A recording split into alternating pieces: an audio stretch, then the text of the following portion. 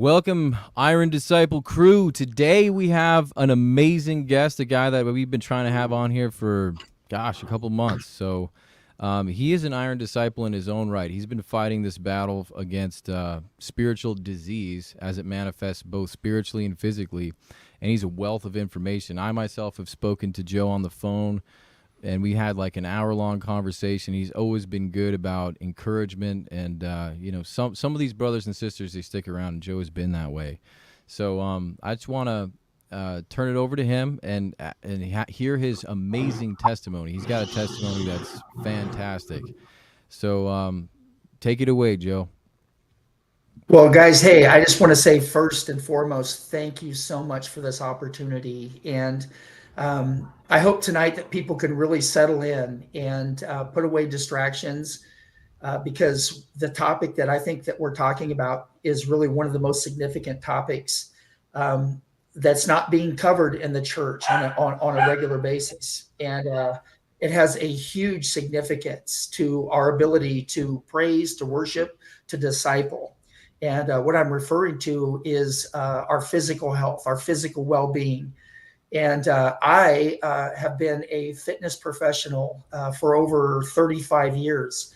And so I've had a long inside look at what health and fitness is on multiple levels. But health and fitness really didn't become my passion until I really became ingrained in my faith. When it really began to have purpose and meaning. And I sure want to cover some of that today and kind of talk about my journey and what fitness and health has done for my life, and then what it can do for the life of the church. I think a good probably place to start would be your current organization that you're running and what your mission kind of is, and then I think getting into your backstory would be good. But just to let the audience know like what you're doing. That's a good idea, Mike. Absolutely. So currently, I have started a health and wellness company that's called Life Better, and the title says it all. This is about helping people live life better, and it's got pillars, and the pillars are your faith, your fitness, your family, and your focus. Those are the four pillars that I coach people on and I use tools of health and wellness like workouts, dietary advice, breathing techniques, mindset therapy, to get people connected to their bodies, because ultimately it's not about programs that change people's lives. It's really about mindset, and it's about daily habits. So, I mean, who doesn't know that they should eat right? Who doesn't know that they should get their sleep? Who doesn't know that they should move their bodies with purpose? But the consensus says that 3 out of 5 Americans are overweight or obese. And if you look at the statistics at where the church is 10% higher. So we are a demographic of people that are leading the way in bad behavior. And that is an alarming statistic to me, but it's really not about what you know, it's really about what you do. And one of the things that I think that people are fighting against is most people are just basically confused because there is always some new workout, new dietary theory, or some Instagram influencer with their shirt off talking to you about what life means. And ultimately, what this really comes down to is, as simple as it sounds, is making a decision. What is it you really want? And then what are the processes that I must put in place to make those things happen? And it's really about what you do daily in terms of your habits and the actions of through your mindset that make health long-term and sustainable. So it isn't about programs, guys. It's not about P90X. It has to be a lifestyle change, permanent.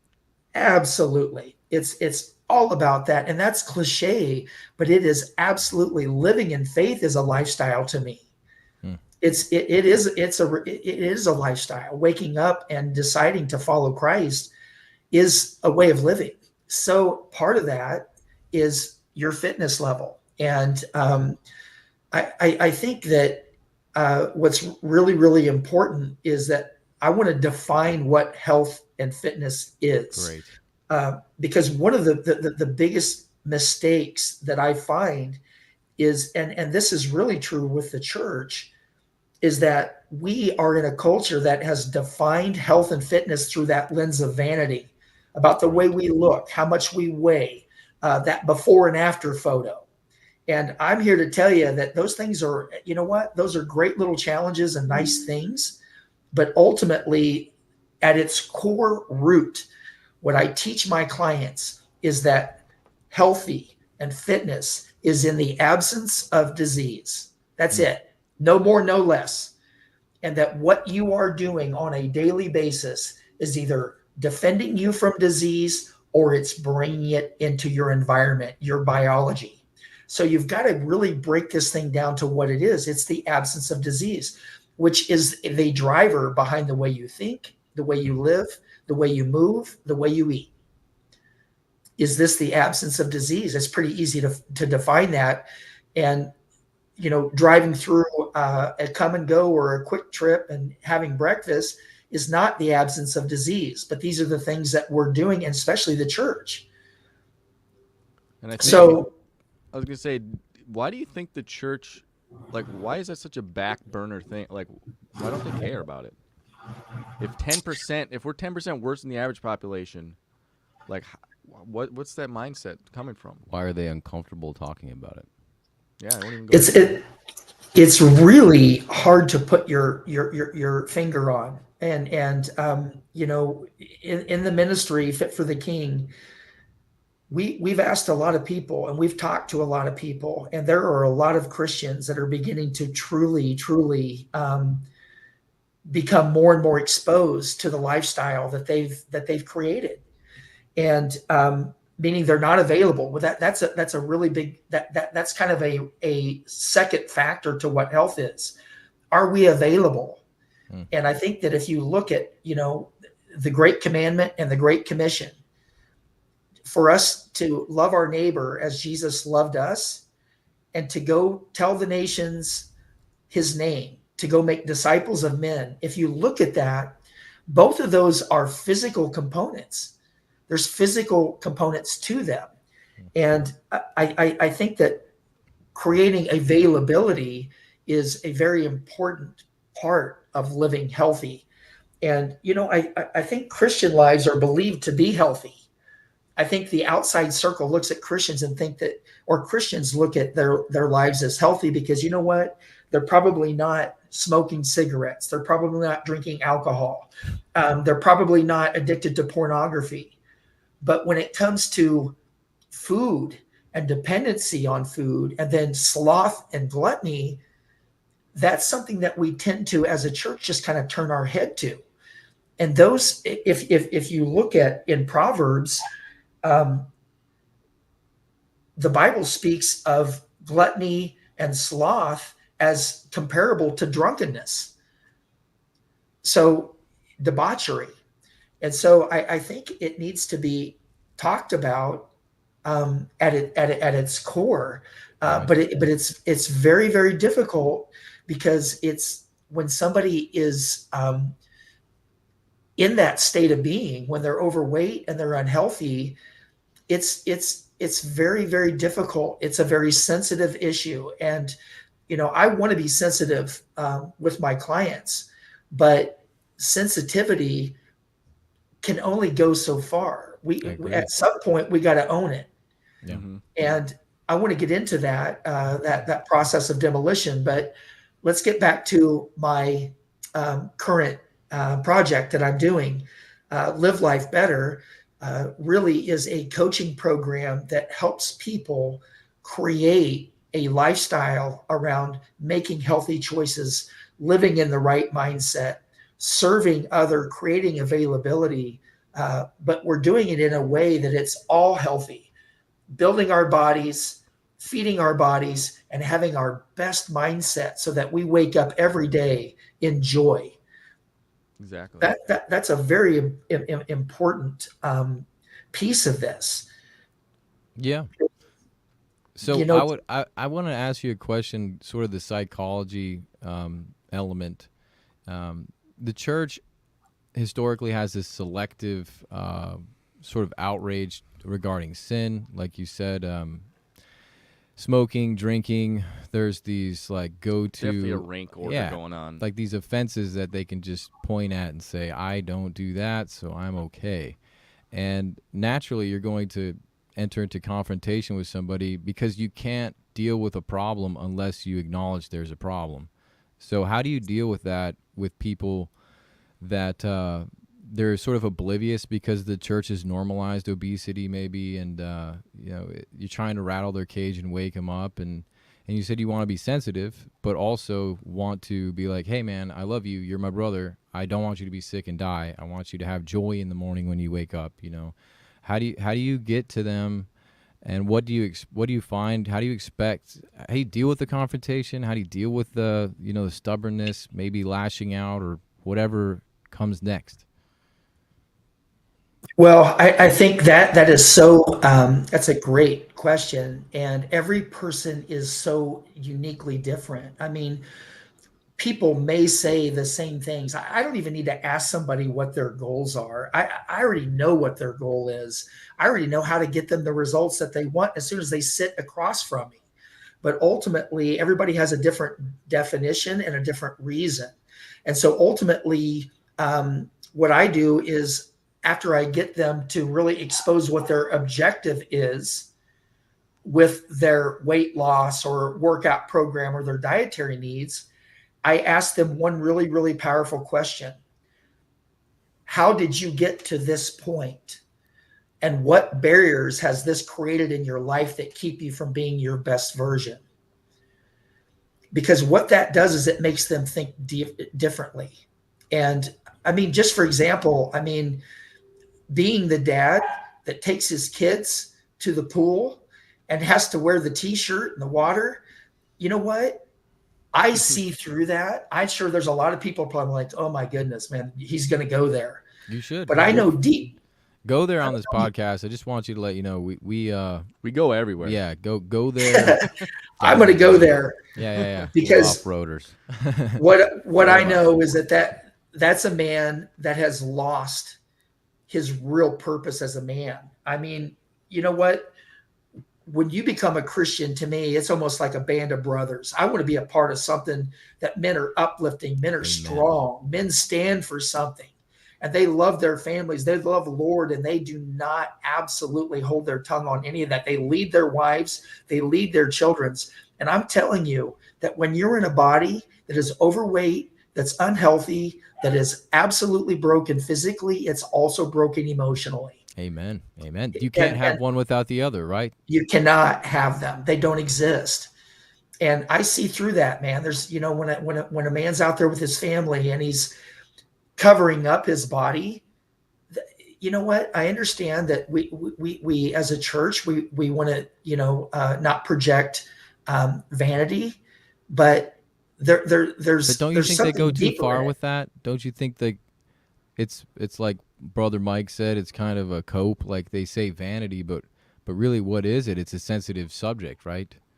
So, well, if it wasn't vanity, then he'd take that shirt off and wouldn't be shameful, right? Yeah. Check it out. Yeah, baby. yeah. This is If Listen, he had a good body, he would be. It's a cope, total cope. Right. But I love what you said about that availability concept. I wanted to dig into that a bit because one thing I remember we talked about a while back was, like, if you, especially like as a father, if you are unhealthy, like there's so much more. Like we know now, depression is linked potentially to inflammation, especially with the brain. So if you're overweight, you're already living that inflammation-filled lifestyle. So you're not mentally 100%. You're not physically 100%. Your testosterone levels are probably low. Like you're operating your whole life like with a hand tied behind your back, unnecessarily. So it's like it's that availability concept I love because you're not 100% available. Yeah, and it's to be physically available to love God completely. That is what availability is. It's glorifying God means I need to be physically available to love God completely and to allow him to love others through me. And that, the thing that I see with the church, this is kind of jumping out of order, but one of the moments of clarity for me is when I gave my life to Christ and I got into the church community and I started attending church on a regular basis. I did a missions trip. I started getting into men's group, and I was overkill because I was searching for truth, because for 30 years of my life, I was under the influence of drugs and alcohol that I literally was living in ignorance. And, what I found, it were subtle things. Like I would on Sunday would grab the church prayer manual and look at the prayer requests, and it was things about Jim's diabetes and Mary's hip and Bob's knees bad, and then Mrs. Jones has cancer, and all those things are terrible things, guys. I don't wish that on anybody. But what I saw was every week those lists grew from self-induced lifestyle things that here we are spending time praying for believers. We need to be praying for the lost. We need to be praying for people that are broken. And it seems like we're just putting all of our prayers and all of our feel goods to somebody that's self-inducing a lot of these Preach issues. it, brother. Yeah, they need to hear that. Because that's the flip side, and no one's thinking about that because it's so common in the church that is what they do. They pray for this stuff happening inside the church. So that's the way you pull back the veil so that they can see how they're not showing up, how they're not available, right? How are they not available? Absolutely. Yeah, and then now where we're at in a point where church, I love worship. I love music. I just love that energy. I love good worship, no question about it. And the energy to me in a good church service is like a good workout. There's endorphins, adrenaline, and man, I want my cup full. But here's the difference. I see so many Christians that cannot wait to get out of that church service early because there is a special at Perkins on pancakes, and we got to get out there. Lord and have mercy. Absolutely. And we're going into our sanctuary almost like with our donuts and our cookies and our hot chocolate, like we're going in for entertainment, like we're watching a movie. Yeah. And I can tell you, and my wife will tell you, there's a lot of times I leave, I'm frustrated by it, and I've been verbal about it to my pastors that it just isn't right. We're creating a bad situation, and these pastors are they kind of are the they're responsible propeller. Yeah, the propeller to it, because they kind of say to me, yeah, I know, Joe, I know we need to do better. And I train many of them, but this is a much deeper issue. And this kind of leads me right to a really, really incredible story of something that happened that really changed my perception of the church. And I had participated in a Fit for the King workshop at a local church in Des Moines. And we had a lot of the church staff and their families attend, and pastors. And we did this 3-day event. And after this 3-day event, a couple that are responsible for new marriages and kind of helping introduce new couples into the church sought me out and said, hey, we're interested in doing some private training. Would that be possible? I said, absolutely. So we set up an appointment. They came to my office and we did our assessment. And this is a couple that has been involved in my church for years, onboarding new couples, taking them through marriage counseling, helping them with family issues. And as we sit down and I do my assessment and we get through their objectives, I tell the wife, hey, you got to go ahead and get on this InBody because I need to scan you to find out how much you weigh and what your percent of body fat is. right. And she literally stopped and looked at me and said, I'm not going to do that. I said, well, I understand you're uncomfortable, but there's a science to this that if I don't know your biometrics, I can't set up good programming. I need to know specifically how to move you. And she looked at her husband and he said, honey, we're doing this together. I don't care. Just go ahead and get on the scale. And she stopped again and looked at me and said, he makes me feel bad about myself. Ooh, baby. Guys, I'm telling you, man. And there That's was one of those moments where you're like, all right, calling the therapist. You Yeah, guys this got is not some my deep job. running stuff. Yeah. Well, that is his job. I know. That's what he confronts, because I mean, that the church is what's preceding the issue is a heart issue and a mind issue, and that's what this story. I don't want to say anything more. I want to hear the rest of it, but that's what I hear in that story. It's like before you were able to get in the gym, bam, you're met with that huge.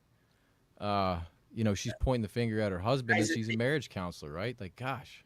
and these are awesome people. I mean, spirit-led people that serve, but they're honestly, I mean, they are the faces of young couples and what marriage is supposed to look like in Christ. And so this took on a whole different thing, and this broke down into her attacking him for the way he makes her feel about her weight. And then I come to find out as I'm meeting with them, these two don't sleep in the same bed because he snores too much. Their date nights are around pizza and potato chips and a good movie. And guys, that means that there's no passion, there's no intimacy in that marriage. And these are the people that are the voice for the church to what love should look like in Christ. It's the blind leading the blind. It is unbelievable. And this is a really deep issue. And how do you feel about a man being able to be critical of his wife? That was going to be my next question. Because I can see a lot of men, because the church here is so feminized, they're unable to lead and say things that will bear fruit in their wives' lives, but they hold it back because they're worried about confrontation or that kind of a blow up where the woman is weaponizing. I mean, we know those conversations can go two ways. He can be belittling her for an issue, or he can be truly lovingly saying, hey, honey, we need to work on your weight because this is our temple. We need to be sexually attractive to each other, on and on from there. So do you think it's okay for a man that's taking care of himself, all right? He's putting in the work in the gym and dieting, and his wife isn't. How would he approach that situation? Well, that conversation has happened in my own life, and it is one of the foundational personality traits for me. And I am a stepfather, and I'm divorced, my wife divorced. And when we truly sat down and talked about our values and about what's important, having that conversation up front about our bodies representing our faith, representing our love for each other, representing who we are as human beings. And I think that that's a conversation that a man who should be leading his wife, you should have a open invitation to have that conversation that, honey, you know what? I love you. And I want you to be your very best. I want you to feel your best about who you are. I want you to feel healthy. I want you to feel happy. I think that this is something that we really need to work on as a family. And that conversation isn't happening. I mean, that conversation is happening. They're trying to bridge that conversation 5 years later. If you can't have it up front when you're in, like, all the endorphins are flying and you're in love and Twitter pated, then what makes you think it's going to go any better 5 years down the line? Well, Absolutely. Guys, I'm telling you, this topic is... Real quick, how did that, because I love the story and I want to hear, they were part of your church. What ended up happening with those two? Because that conversation happened in front of you. How did that pan out? It's still an ongoing process that Okay. I coached them, and we worked out, and we put nutritional standards in place. But the guys, I hate to tell you, but it was maybe several weeks after the husband was right back to he sits in the same seat every single week with his monster, with the things that he was living before. And so it hasn't ended. And it goes back to that. You said this is a good time to bring up that question is what drives you to push people when you know the odds of them changing long term are so bad? I mean, you brought up a statistic before we were talking, and people actually investing in these life changes is unfortunately not the standard. Usually they revert back. So what keeps you going in that? I think what has to happen is that people really need to understand, once they set these physical goals, or they get motivated enough to make a change and to live a different lifestyle, and they set that goal, they need to be aware of what is the cost if I'm not successful. It's really easy to get into some 6-week or 10-week weight loss program and follow the program and have some success, and then gain the weight back, because statistics prove that most people, 91% of people that lose 10 pounds or more through diet and exercise, gain all of it back plus. I mean, it's the statistics for sustenance with or having success in wellness are very low. And I think what's important is for people to understand what's the cost of loss. What if you're not successful? But, guys, in my life, I was known for I was being hired because I was a trainer that could create tremendous bodies, athletes, bodybuilders, figure competitors. I mean, I got people serious results because, you know what? I took the mind of an addict and that kind of intensity, and I applied it to the way I treated my clients in the gym. And I mean, I did some crazy stuff, and I had high demands. But Good. The ultimate thing happened is really for me is when I became a believer. And I was just kind of still going through the same motions of diet and exercise, making sure people were doing their treadmill and eating a lot of greens, and making sure they got their protein every day. And it was kind of here I am. I love Christ and I'm excited about where I am in my life, but I wasn't impacting anybody spiritually with my workouts and diets. But there was something that happened that completely just absolutely floored me, and how much of a liar I was. And what I mean by that is there was a client that I owned a gym in downtown Des Moines. I opened the very first gym downtown, and this was an area that was really up and coming, and it was thriving. And so I put a gym in, and had all kinds of high-level people, executives, people with resources coming in, knowing my name. Man, did I eat that up. But there was a client that came in that was the director of human resources for one of the largest companies in Des Moines. And instead of giving her to my trainers, I said, I'm going to take this one because this is a person that's going to provide me all kinds of referrals. I'm going to blow this business up. And that's all I thought about. Well, this was a 300-pound woman. And so we're training 3 or 4 or 5 weeks in, and she's always late to the appointment. She always has a reason why she can't stay. She never journaled her food. She wasn't losing any weight. And so on this one particular day, she comes running into the gym late as always. And she said, I'll be right there. I got to get changed. I said, don't change. We're going to talk today. And so what I did is I went into an office with this lady, and I said, listen, you know what? These sessions are done. I'm going to refund the 4 that you have remaining. I am done. You caused me nothing but anguish and stress.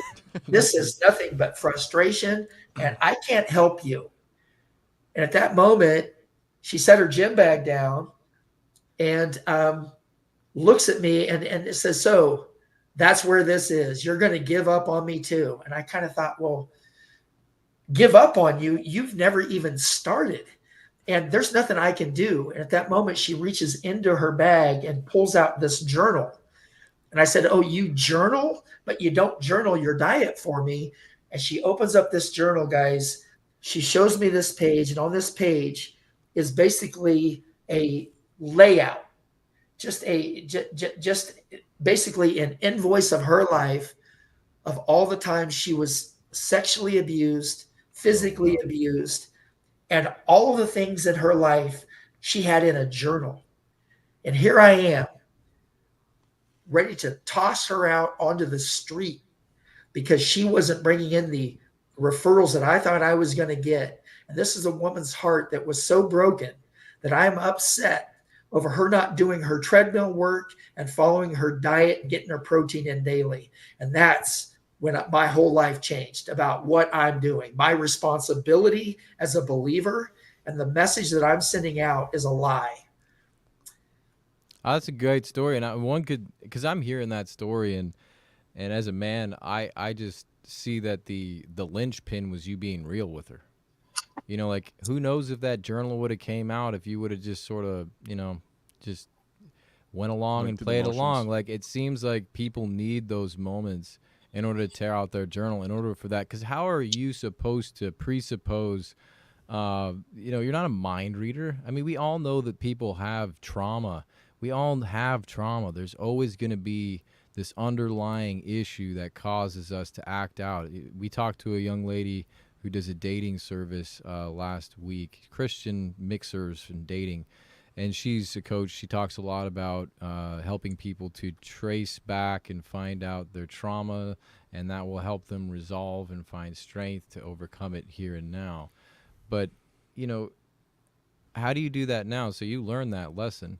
Some people, they don't have any changes, right? So, like, how do you take that as a tool and look at the new person walking into your office and say, Well, how do you do that? You're not Yeah. a therapist. Well, Yeah, I I mean, mean, like, you're a trainer. So, like, Absolutely. How do you even start to broach that? I mean, do you send them to What do you- therapy? Like, what do yeah. you do? how do Well, you tell? what I do is, you're exactly right. I am not a therapist, but what I can do, what I'm highly qualified to do as a health and as a wellness professional, is to help people go through these challenges, to go through these traumas and make great decisions, that through the midst of that struggle, that they're getting better physically, they're getting better mentally, they're getting better spiritually, so that when all of that is dealt with at the end of the day, that not only are they healthier people, but they're better people from the inside out. And so what I try to do is use their trauma as a fuel source for the reasons why we make the choices that we make, that need to be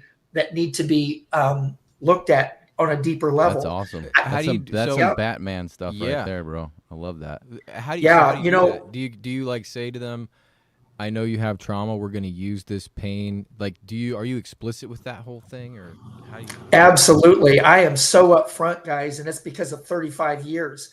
And I don't tolerate anybody not being successful because I didn't do my part to expose what they need. It isn't going to happen. And so I think that's the problem with the training industry, is that, you watch it, you've got all these young people that really haven't experienced enough in life to give people credible information that should drive them to make a healthier life. So on my website, the first statement on my website is, your body is a direct reflection of your current state of mind and your daily habits. There isn't one person, no matter who that person is, if you're listening tonight, that a person that's overweight and a person that's in a body that they're stuck in a body that doesn't serve them and their family well, that they can truly say they're happy. You can have moments of happiness and you can have moments of well-being, but deep rooted joy and peace and purpose is hard to find in a body that is distracted. Mm-hmm. There's almost certain tests you can do, because you have to break through that sort of oblivion and that defense barrier people will put up. Like, I'm sure that couple that you took into your gym and you were trying to get her to do the body scan. It's like, if you Yep. asked them before, like, are you happy? Are you okay with each other? They'd be like, yeah, sure, we're doing great. So it's almost like you do have to do like the pool test, or like really uncover it and be like, well, look, are you okay with going in the pool with no shirt on? Are you okay with getting your body scanned? Can we look at you under the microscope a little bit and then see how you react? Like, we have to get you to be real back. And that's going to take some tension, right? Like, how else are you going to get people to be honest with their circumstances unless they look in the mirror, or the mirror looks up to Absolutely. them? Yep. And I have a 3-phase plan. And there's 3 phases to wellness and health. And the first one's demolition. And I think that's the most important piece of health and wellness that anyone could ever take on. And you know, in when people see me speak, I mean, I'm a fit guy. I'm closer to 60 than 50. And I mean, I work hard at it. I've put hours and hours in the gym. But you know, now it's worship for me. It's an energy. It's I just love being in the gym. I love training. I love pushing my body. It creates opportunity and what I call momentum in my life. It makes me a better husband. It makes me a better father. It makes me a better leader. But that is after years and years and years of doing it wrong. I mean, I spent years training my body because I believed that the more pain I inflicted on my body, the more emotional the return would be for me. And I didn't feel worthy. Oh, we've all been there. Oh, yeah. Yep. Pure masochism. Dealing with trauma Yeah. in the gym. Baby. I mean, the more I suffered physically, the more I felt at peace emotionally. Yeah. Yep. Oh, yeah. And man, did I do some crazy things, guys. I mean, you know, what's really weird is So would that be part of your like your personal experience with the demolition, like you were talking about the Yep. 3 phases? So the first phase is like the demolition. It's a breaking down of the facade and the excuse. This emotional defense mechanism we have connected to the truth of the way we actually are. Where do we really stand? So how do you affect that with your clients? Like, look, we're going to get this demolition phase going so that mentally you will be present so I can push you in the gym so we can get results. Yep.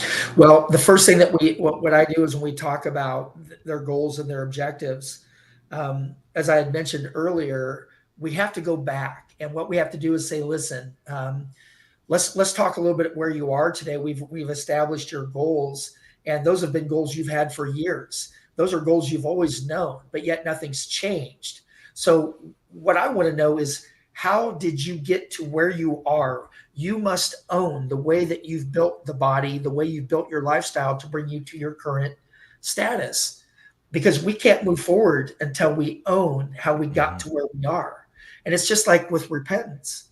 I mean, you know, when we become a believer, it's not the prayer that makes us a believer. It's the repentance in our heart.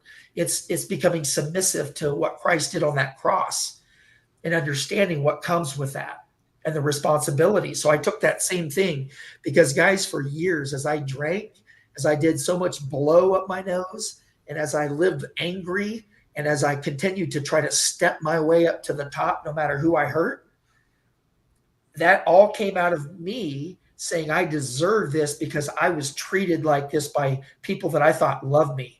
I was given drugs. I did drugs. I was in an environment that was unsafe. No one was caring for me. And for years, I carried that as the fuel in my life. I'm going to show you. Oh, yeah. I'm worth this. This is not, nobody's going to do this to me. And it was anger. And I would show anger even to my clients. And it was terrible.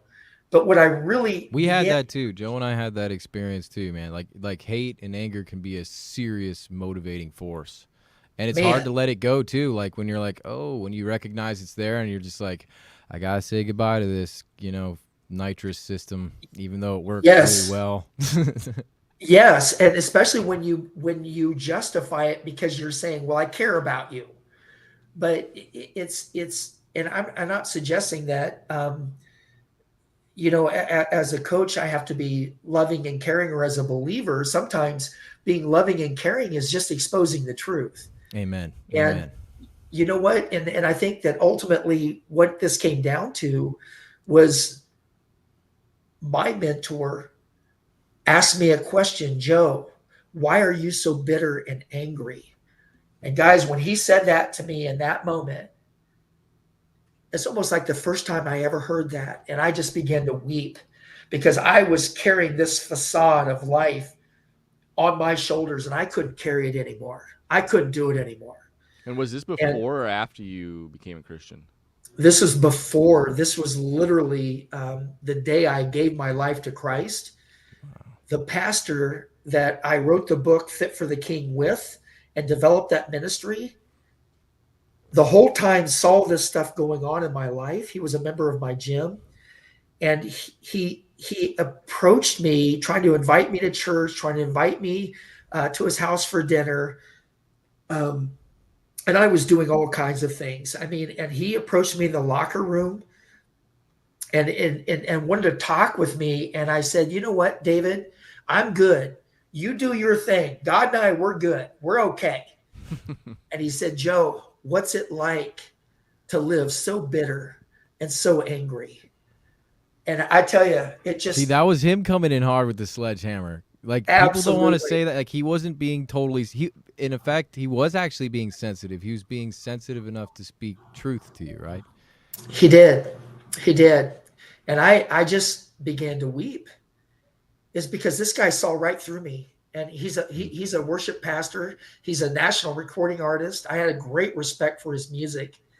And I mean, I loved him, but I didn't want him in my business. And I had built my life around gym owner, you know, driving the Mercedes, 20-inch arms, and everybody knew me. I mean, I was the epitome of Joe Jim, you know. Still got those 20-inch arms, Yeah, I think. yeah, oh yeah. Well, but they're Cannons. built out of love now. So, you know, I know I'm all over a little bit, but No, but that's no. You're describing. I mean, you're dead on. That was your demolition phase, and like as I'm sort of taking in the data here, it takes somebody. It takes a situation either initiated by the client or you know, if they're not going to initiate it, obviously it's incumbent upon you to get them to initiate the demolition phase of becoming honest with their circumstances. Yeah, and then you have to take action because that's where the hard part is. Because once I laid that down and I gave that to Christ, I got to tell you, physically, the night that I gave my life to Christ, I was exhausted. I mean, it was a 4-hour process. I was physically, emotionally exhausted. I sat on a park bench telling this pastor everything, all of it. And what's crazy about all of that is that all of that sin and all of that stuff that had built up, I had this life where I was financially successful. I had a marriage. I had a big house with a black iron fence. Everybody knew me. And I guess what, guys? I accepted Christ and I lost every bit of it. Gosh, I lost that all of story. it. Yeah, Because how I did that came happen? clean. I came clean because what I did is I built a life Oh, boy. for me. It wasn't God's purpose for my life. It was my purpose for my life. And then waking up the next day, knowing that something's different about me, but yet, man, I've got some blow in my car and I've got a half bottle of Crown Royal at the office, making the decision. The demolition is the easy piece to say, these are the things that are keeping me from my best, from serving and from being available. But now taking action. And that's where life gets hard, taking action. Yeah, Consistent action. flushing shies Absolutely. down. Yeah. And you know what, guys? I still wake up and have to make now it's gone, but there still is a subconscious effort. I'm going to stay sober. Of course, but no, you're right. I mean, it's ridiculous to sell to believers that like somehow when you're saved, it's like the demons are still after you. You know it's a done game, but you still have to be on your defense. Like it's a war and a battle every morning. It's just because you say your salvation prayer doesn't mean that all of a sudden the demons are like, oh, we'll leave this one alone. In fact, That's like right. your story is they come at you harder. Yep. You usually lose everything. You know, we just talking to a guy in Las Vegas. He's losing everything after his sort of coming, and it's like it's a rite of passage for a believer. You know, if you have a bunch of stuff like the rich man, it's like it's rough. I tell you, it was rough, and to really put it into perspective, I mean, what I lost, guys, is my wife was diagnosed with multiple sclerosis, um, lost her sight short term, and she was not a believer. And what's crazy is when I gave my life to Christ, I went home and told her what I had done, and her family thought that I needed psychological help, that I needed to be institutionalized. They really did. They had no idea. What are you talking about? You've been born again. You've been saved. What are you talking about? You know, like, and I mean, I was so excited about what had taken place, but she filed for divorce because of my faith. Oh my God. Was a big part of it. Sued me and took basically all the assets from the gym. And so not only did I lose my marriage, but then I lost everything that I had been working for. And then my dad dies. And then my sister overdosed. And this was all in a year and a half, 2-year period of time. God must have known you had some strong faith that put you through that immediately after. That's insane, dude. Well, think about it. If you didn't have the faith and that stuff happened, like, probably wouldn't have been. Not only, the faith, Yeah. but having accountability of a brotherhood. I mean, having men around me that were believers. And guess what? All of them are workout junkies. I'm telling you, it's crazy. They are all in the gym. So I took that as a sign, and God works in mysterious ways. That demolition is if anybody, I mean, before you start the New Year's resolution, before you start the summer meltdown, the first thing that has to happen is you have to own how you got to the point where you feel like you need a change. You have to own it. And you got to be totally honest with clear purpose. And those are things I want to talk about tonight as well. But at some point, 5 steps of transformation. But the demolition phase. Well, absolutely. So once you go from demolition, and we acknowledge the things that we're doing in our life that are keeping us from our objectives, especially in body health and mindset. The second phase is from demolition to transformation. There's a process that we have to do the work, and so the transformation is the final objective. So I have 5 steps that I tell my clients that if you're going to receive transformation, there's 5 steps. And the first one is you have to establish a clear vision. You absolutely can't say things like, I want to get healthy. I'd like to lose some weight. I'd like to feel better. I'd like to tone up. Those things are all nice and feel good blanket statements, but they have no meaning, no purpose, no significance. We're talking about establishing a clear vision of what it is you want. Be specific about what that means. Number 2 is you have to renew your mind daily, because what most people do is they use motivation as their tactic. And motivation, as you guys know, comes and goes. You know what? It may be super high today, but tomorrow it's somewhere else. It's fleeting. But the truth is, discipline is the key to being. Read a Jocko Willink's book. Yep. Yeah. Yep. And these aren't something that I obviously came up with, but these make so much sense in our lives, especially as followers of Christ. Renewing our mind daily, really, entrenching ourselves in God's word, and reigniting with our real purpose. So you establish the clear vision of what you want, and then you renew your mind daily to put you in alignment with those goals.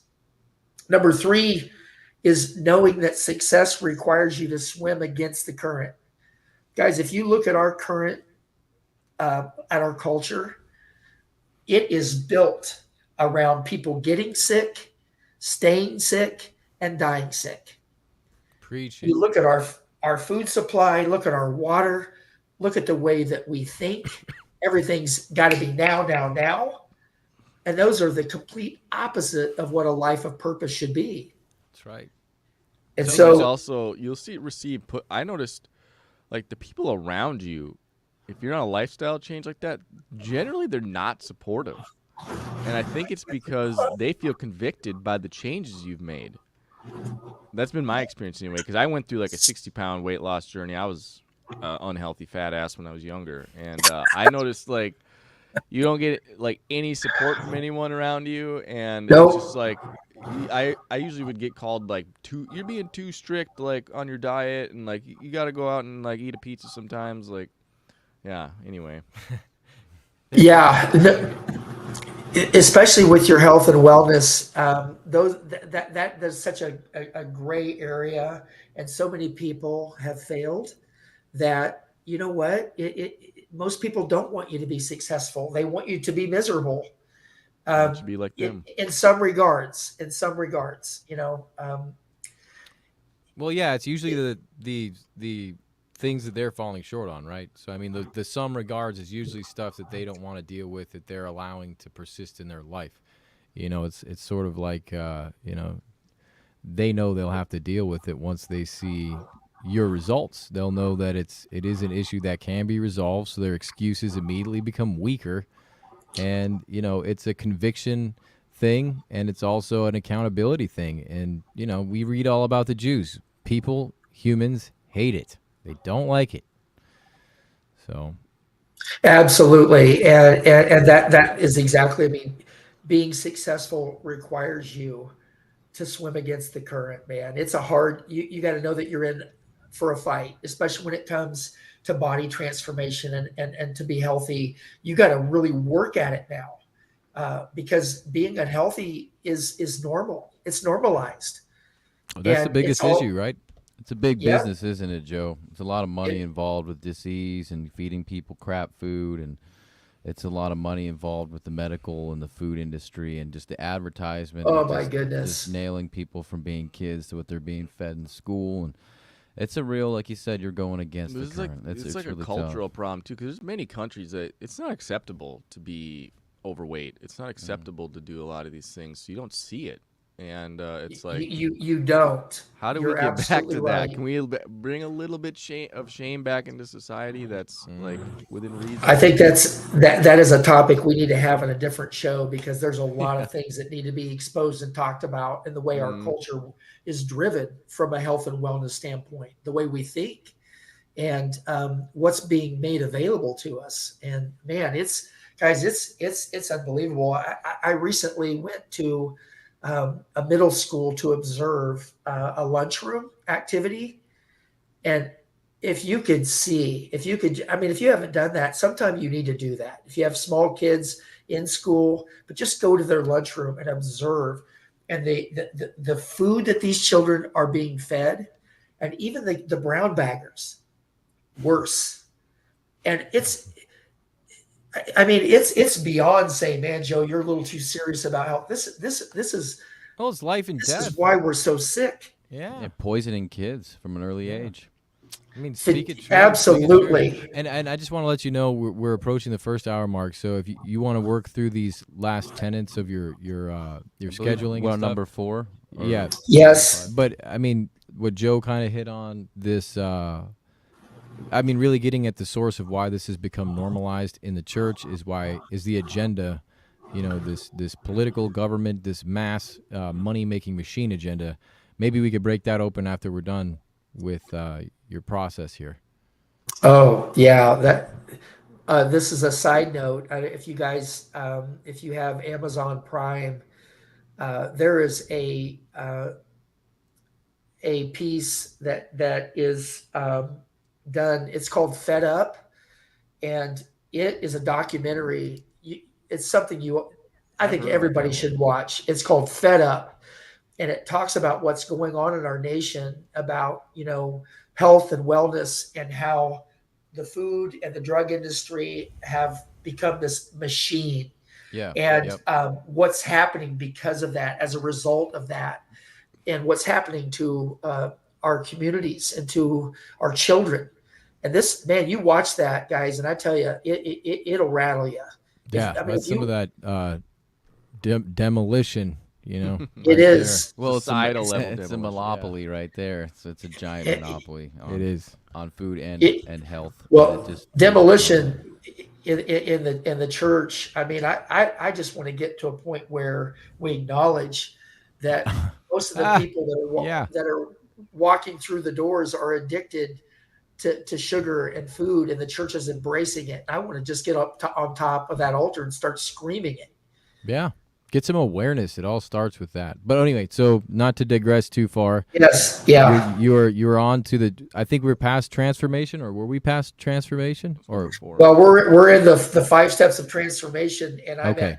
at step number 4, and that is something we touched on, is aligning yourself in the right environment, and that is with the right people. Get rid of the naysayers, get rid of the non-believers, get rid of the people that are negative, the people that are saying, "Oh, you don't need to go to the gym, you don't need to eat that, you don't need to be so disciplined in that area." You know what? Those are people you got to move out of your circle. Doesn't mean you don't love on them, but you know what? It's like I had to do to myself, is I literally had to separate myself from the people that were feeding my desire to kill my body, to destroy my body. I didn't avoid them, but I had to separate myself until I got my head around it. That's key right there. Not avoiding them, but separating yourself. Very key. Very key.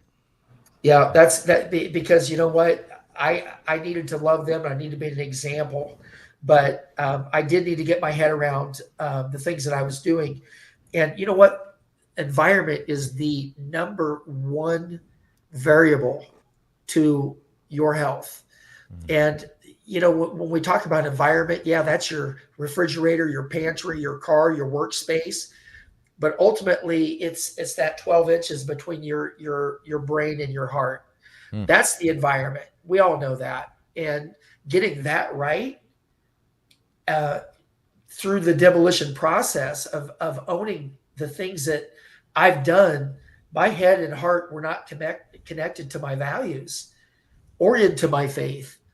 And you have to create that first. It's not 75 hard. This is about, owning what you're doing daily. Yeah. And then literally creating the mindset to the heart connection for your purpose to change that. Speaking of 75 hard, that's what I got tons of flack for. I did that, and man, everyone was bothering me. Like, can't you have like one day off? Like, come on. Yeah. Yeah. Well, I think that thing's being sold as some health and wellness journey, when in fact It's a mental toughness journey. It's all and I love it. I think it's great, but I think it's better for someone that's already established physically, that maybe they're in that personal rut, or that because people that do that 75 hard, that are people starting from ground zero. Oh yeah, you don't want to do that from ground zero. It makes no sense. I laugh at that. I'm like, okay, that all or nothing thing doesn't work very well. No. Sometimes people get addicted to programs too. Like True. they'll just find the next one and the next. It doesn't become something they kind of internalize as like, this is my process. And we talk about that here because we like bodybuilding, but it might be some different type of way to interface with your body. Maybe, whatever it is. It could be CrossFit. soccer or skating or some type of sport. But we really just want people to be healthy and develop that dialogue for themselves, so that like you said, it's more of like it's a choice you make every morning to yourself. Yeah. Yeah. Absolutely. And you're accountable Absolutely. to yourself. Right. Yeah. Right. Yeah. We got to get into some of those fundamental things that you guys are talking, because you're talking about some really important things there that you're talking about bodybuilding. I want to touch on that at some point. Because that's a word people really don't understand. No, they don't. They don't. And it is so significant in your biology. I'm telling you. And I want to talk about the power of muscle and why that's important. I'll write that down. we'll hit Oh, that. so we were at probably the 5th point now. Yeah, we are, and this is one that we all know, but very few do. And you must have an unwavering belief in your vision. I mean, you got to believe no matter what the day brings or what the circumstances are. You got to truly believe in what you're trying to do and why you're trying to do it. Um, so if you look at this, what are the 5 steps of transformation? And we're talking about transformation from my level of changing your body. Dietary theory and workouts are important, but these 5 steps: establishing the vision, renewing your mind daily, get in God's word, pray for the strength to stay on task. No success requires you to swim against our culture. Align yourself in the right environment and separate yourself from those people that pull you the wrong way. And number 5, you got to believe in your vision. You got to believe in yourself. Resolve. You got to have some hardcore Resolve. resolve. You got to be Yeah. resolved to complete the mission. And, Absolutely. That's got to be. It's almost like, you know, Joe and I, we wrote this short for our band, and basically keeping your word to yourself. Like the more you make those commitments and don't keep your word to yourself, the more fragile you become. The less able you are to believe in your own things you commit to yourself. It's so important to carry out the things that you start. That resolve. Oh my goodness. Keeping it, and because if you give up, man, you're just teaching yourself that you don't believe in yourself, or you don't take yourself seriously. You just answered the question that I said earlier: is what is the cost of failure?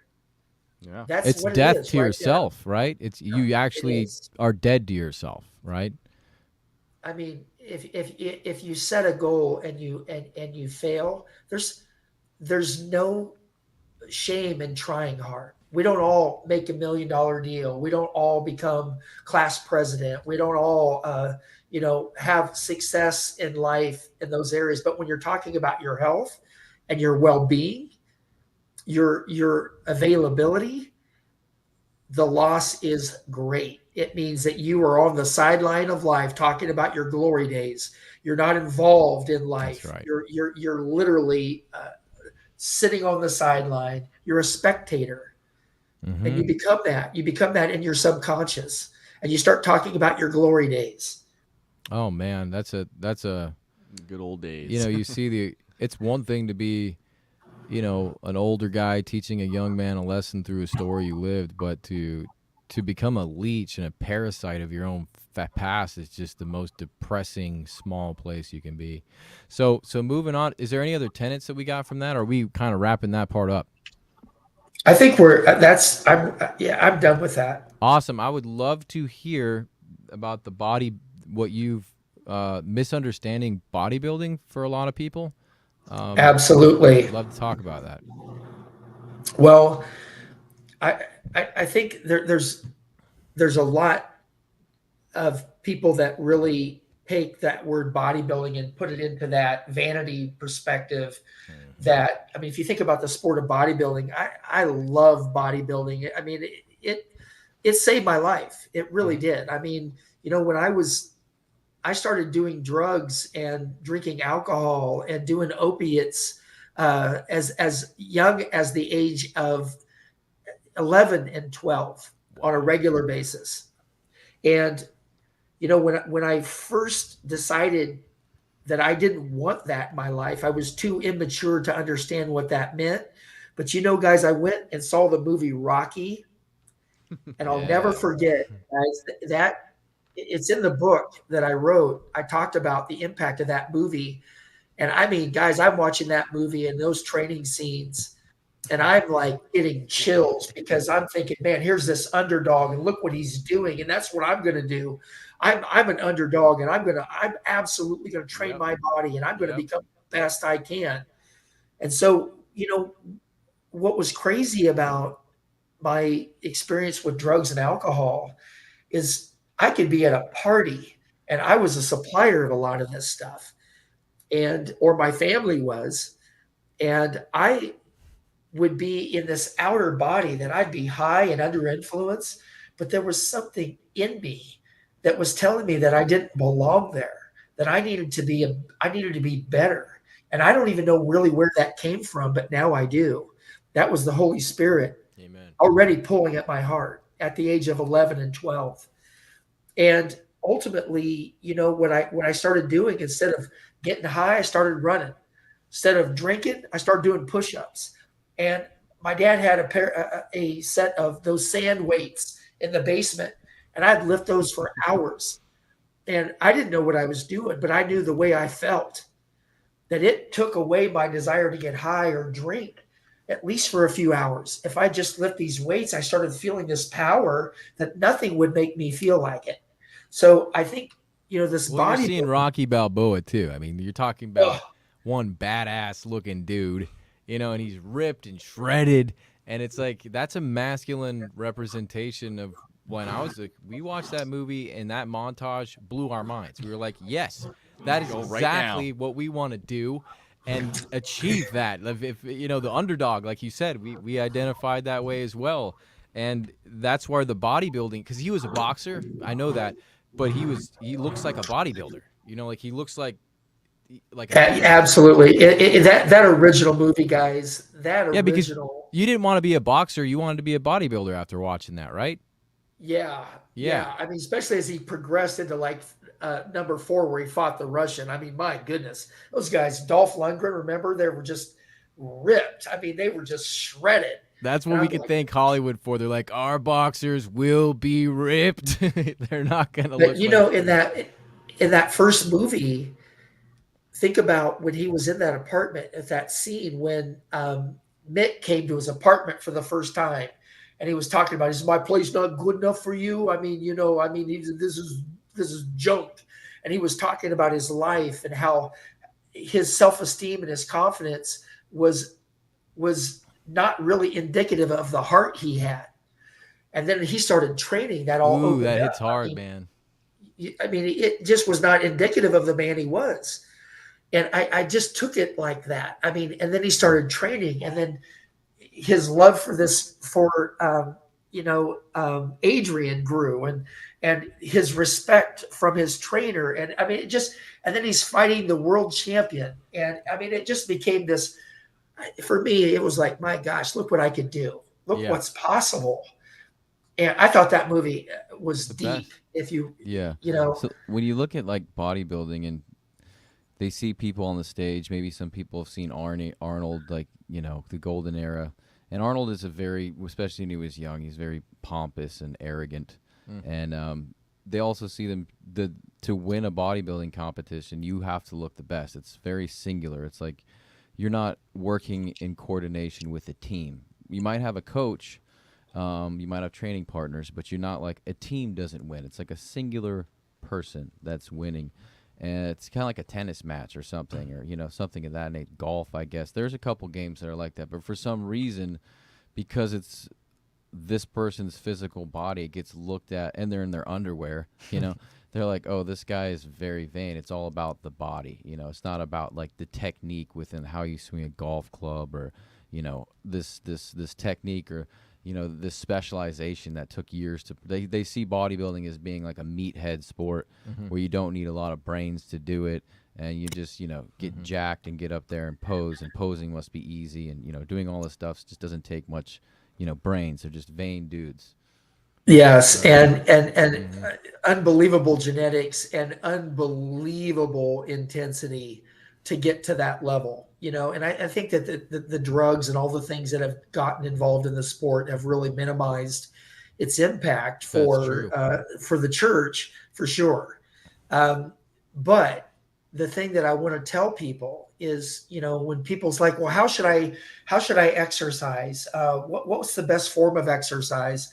And I'm here to tell you, as a fact, and any really top level guy with education in physiology or kinetics is going to tell you that the most important tissue in your body is muscle.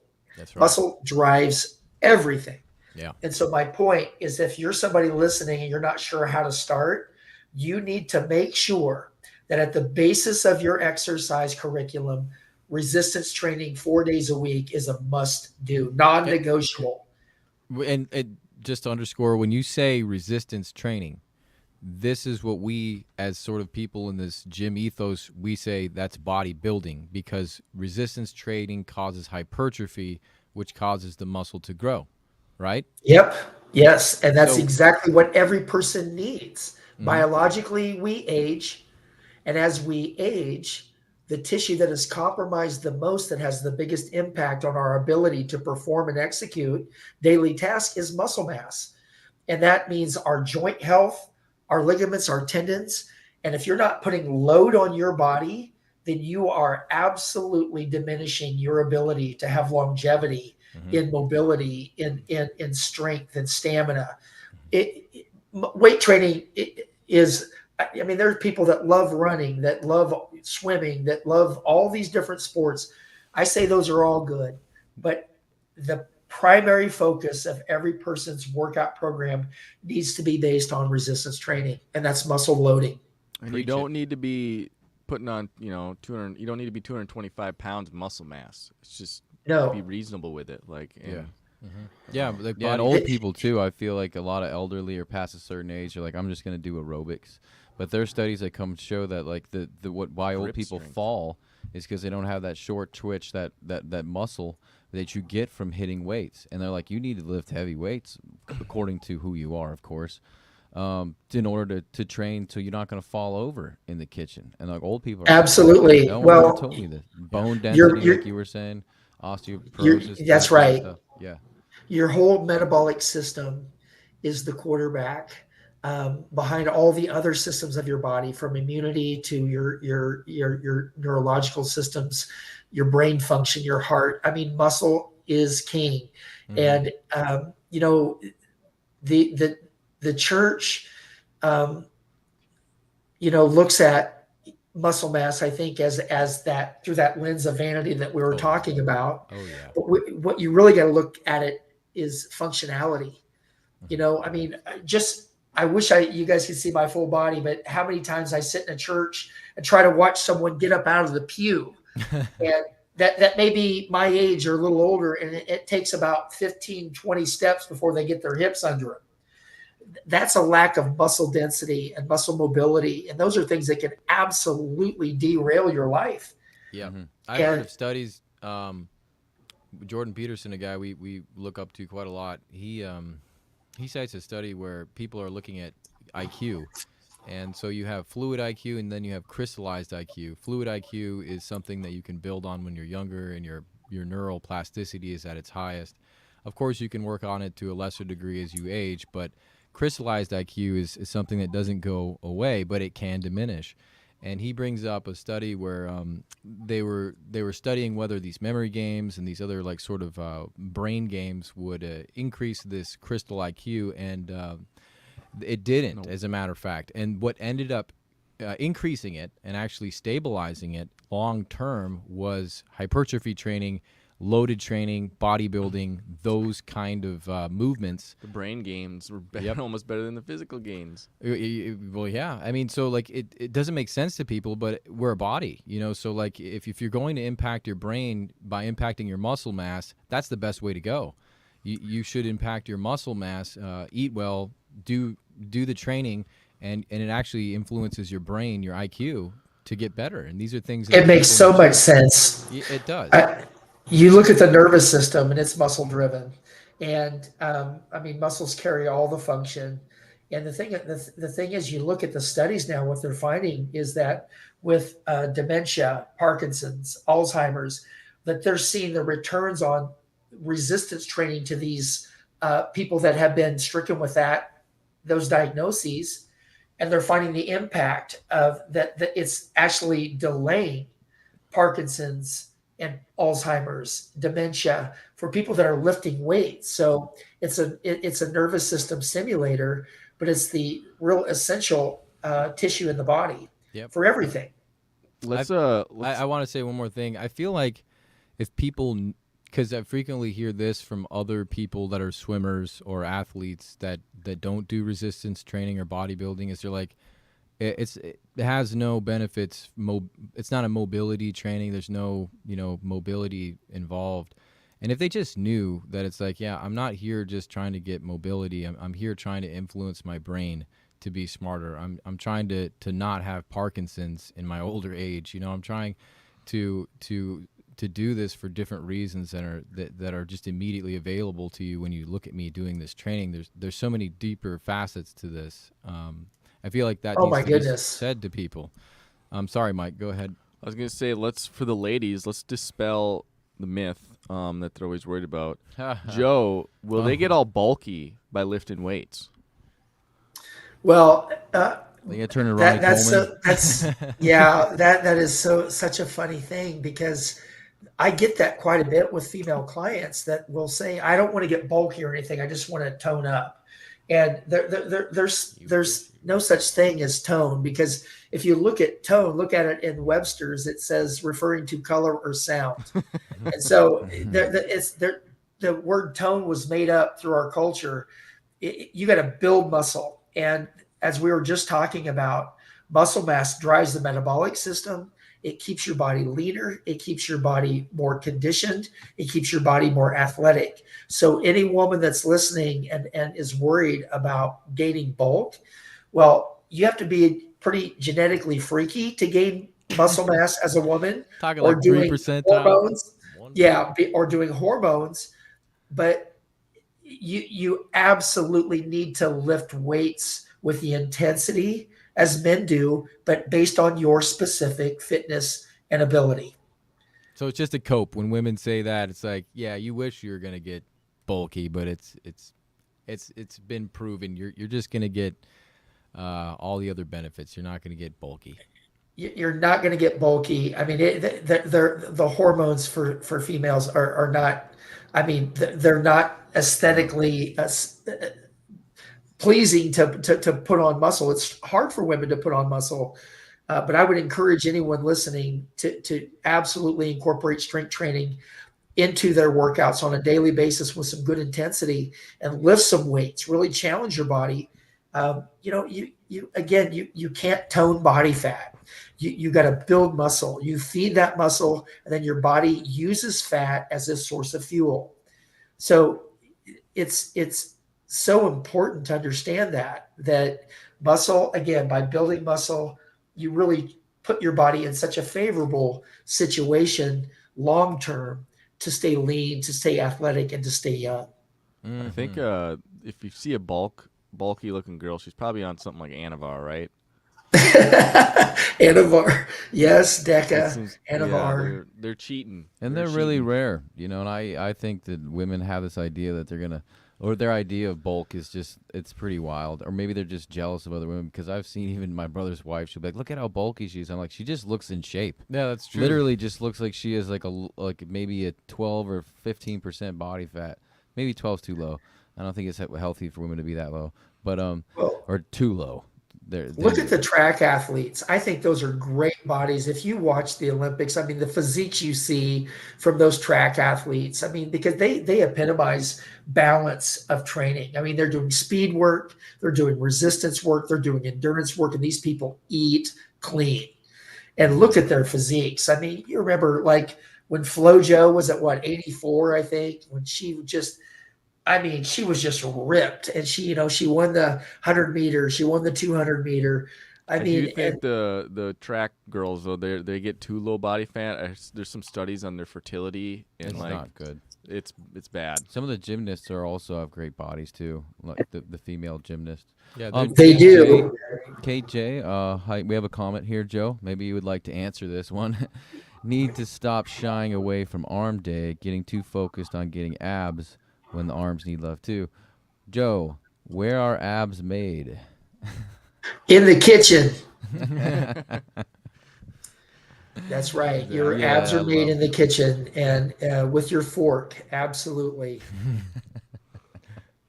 Good stuff. So, my wife, when she talks about, it's again this kind of misconception thing that we hear about bodybuilding in the church, and these preconceived cliches, crop up, and people really are using them as an excuse because they don't want to lift the heavy weight.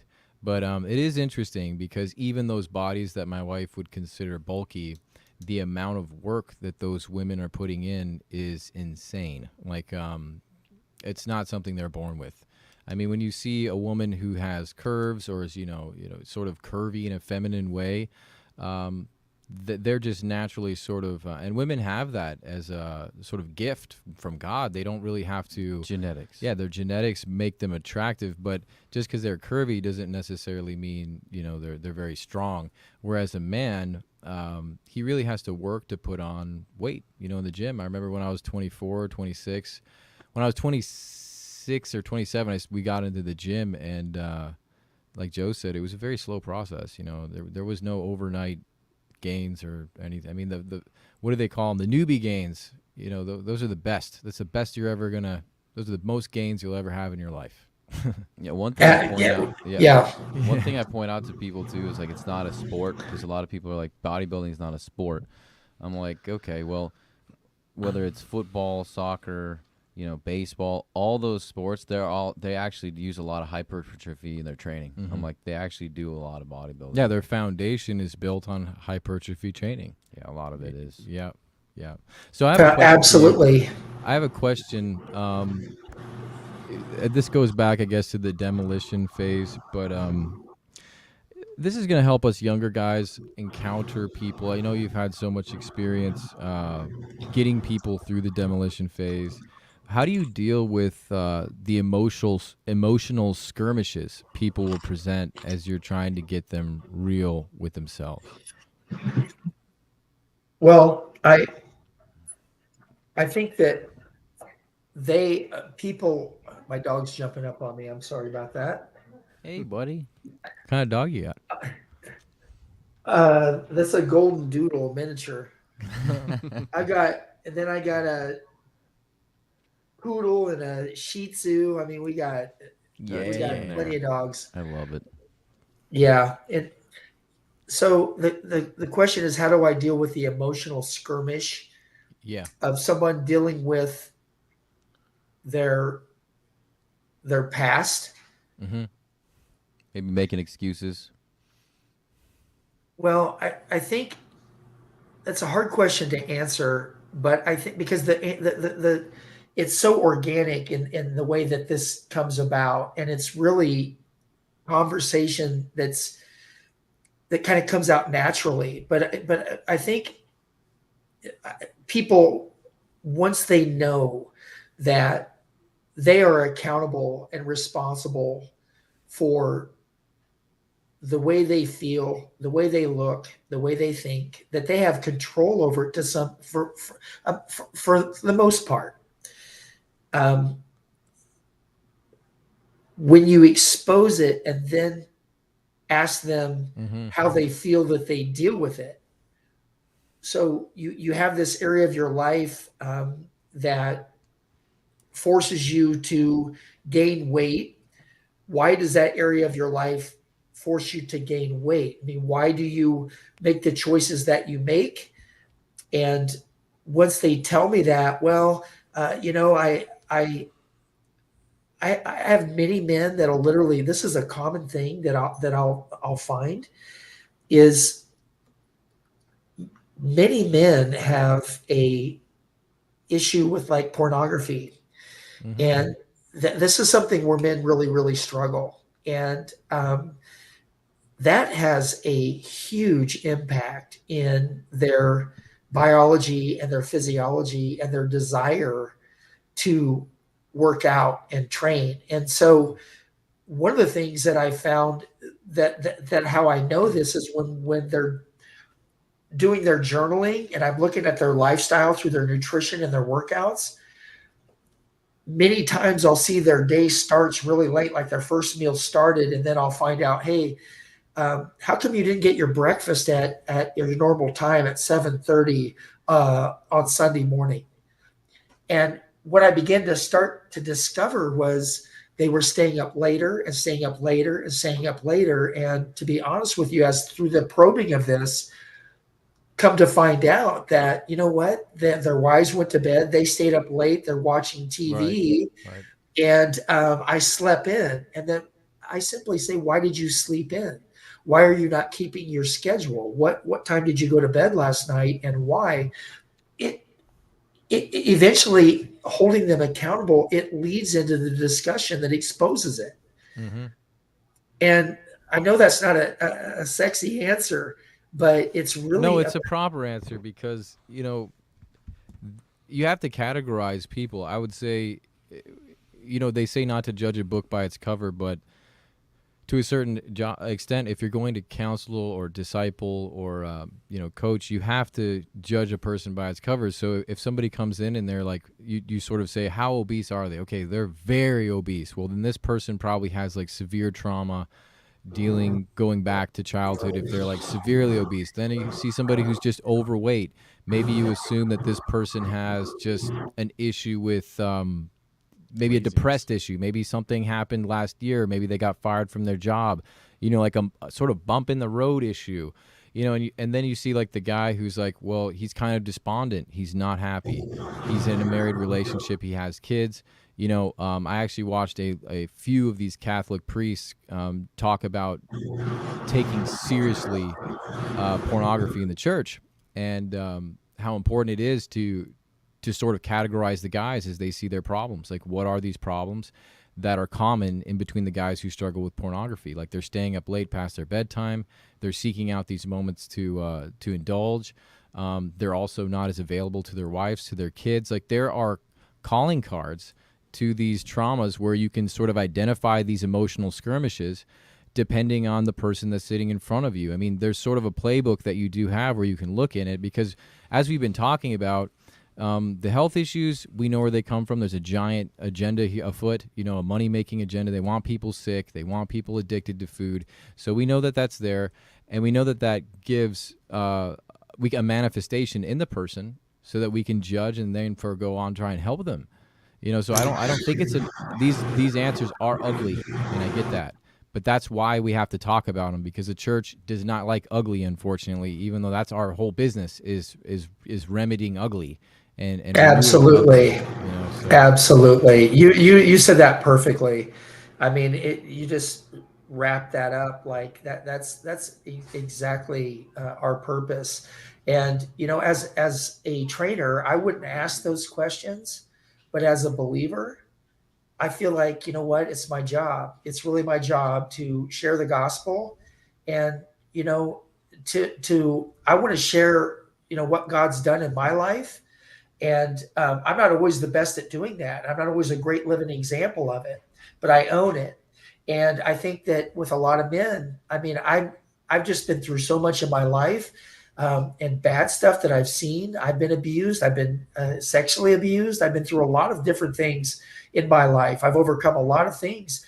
And you know what? And ultimately, it's allowed me more compassion.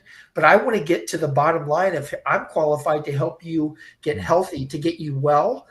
But we got to talk about the very reasons that you're not getting healthy and you're not getting well, no matter how perfect my curriculum is. And that's really what this comes down to. And as a follower of Christ, if we're not in our best version, we don't physically feel our best, we're not mentally where we need to be, we're not spiritually where we need to be, those three areas, then how are we really helping those around us? And I would venture to tell you that a lot of people go to church every Sunday to get their cup full, and then go into their homes and live in those four walls that they live in and never share the gospel with the neighbor that doesn't know who Christ is. Yeah, that's a great point. That's being physically available. And you know what? Working out gives me the desire to approach people, to reach out to people. I'm not shy about reaching out and talking to someone. I don't care if I see somebody in the grocery store pushing a cart and they've got some bad food. I mean, I've been able to go and reach, you know, I mean, let me show you. There's so many things that need to be done in this area. And those are open doors, right? I think too, like as a man, you'll notice like a big confidence change if you go from like just not healthy, either overweight or super skinny, and then you put on some mass. Like like how other men treat you too is different. Like you're gonna notice, and so it just has kind of endless benefits. This is truly a transformation. Like people say, transformation, renewal of the mind, and being born again, You know, it's almost like they just make it so abstract. It's like, no, this is real. You're going to look in the mirror and feel completely different. You're going to be a different person. I also thought about something as you were describing that, sort of as a bonus that you must have being a trainer and coach for Christians, is that we can share church while we're training. And that fellowship and accountability, like in a secular setting, you're not going to get that. I mean, you'll have encouragement, but being able to have at our disposal, going through trauma issues, becoming brothers, becoming sisters, and then working out, it's like a double bonus, man. I mean, it is something special. It is. for church to have. And I tell you, for the people that are struggling, health and wellness is so, I mean, if you really just get your head around it, it's the one thing that you can do daily for you. It connects you to your faith. Your body is, I mean, it was provided to you for a purpose, with purpose. And I just want people to feel the way I feel every day. I mean, waking up and being excited about my potential, being excited about my life, is a lot of it's due by the way I feed my body, the way I think. My relationship, obviously, in faith drives all of that. But taking care of my body, being in the gym, it creates confidence. It makes my wife want to be better. Yeah. She's fit. Makes your It wife like makes you my better too, kids- right? Absolutely. We have, our date night. We last Saturday we went to the gym together. It's one of the best days of the week. Getting to train with my wife, I love that. So cool. It's a tremendous connection, and man, she goes after it. So, sorry, go ahead.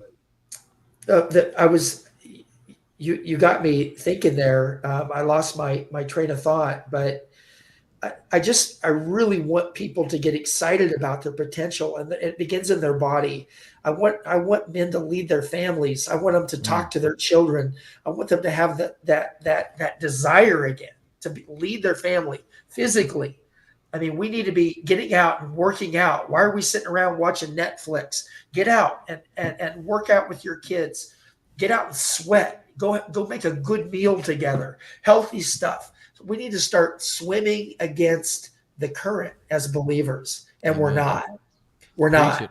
Preach it, and make it exciting. Like, it's so much more exciting. The vitality, your spiritual vitality, the alignments of the components of who you are, the ontology, meaning the state of being that you have, is reinforced and enforced with those decisions. Like, it's fun to go work out with your kids, make a delicious meal with your wife, eat that, break that bread, and then that's family happening. Absolutely. Yeah. Absolutely. And you think about the way Jesus was with his disciples, and the power of food and relationships. And I think about all the people in the Bible. The one that really stands out to me and is the epitome of what I wanted in my life when I really began to read scripture, and it's Caleb. You think about Caleb, that Caleb went and he saw the promised land. He fulfilled his faith and his obligation he spent 40 years in the desert, left slavery, went to the desert, and lived a life of 40 years in discipline, so that when God brought that promise to fruition for them to get the Holy Land, what did Caleb do? I'm as strong now. He went, and he and Andrew were the only ones that came back with a report. We can take the land. Yeah, we could take on those giants. We know there's 10, 12 footers out there, but it's okay. We'll get them. Caleb never lost hope. He never lost discipline. And I think that's what healthy is. I think that's really the way we need to look at it, the framework in which we build it for our church. It's not about vanity, but it's about being available to be able to serve, to be able to love, to be able to lead our families. And guys, we're in a time where our faith is being challenged, and there's going to be a point where we're going to have to fight for it. Mm-hmm. And I don't know about you, but I'm going to be ready. If it comes down to me being ready to defend my faith, I'm going to physically be ready. I'm not going to go cower in a corner. That's right. And we should look different. Like, that's the thing. As Christians, we're supposed to look different than the world. And I think that's not just morally. Like if the population is 70% obese, why aren't Christians the ones that are looking different? And like, I mean, absolutely. Worse. They're worse. This may offend people or ruffle feathers, but Adam and Eve were not born into or brought into this world in obesity. no, Everything was provided in the garden for them. Everything that they needed, the food, the work that they did. I mean, everything was provided in perfect balance and harmony. And that's what God wants: balance and that harmony. And it's we're so far from that.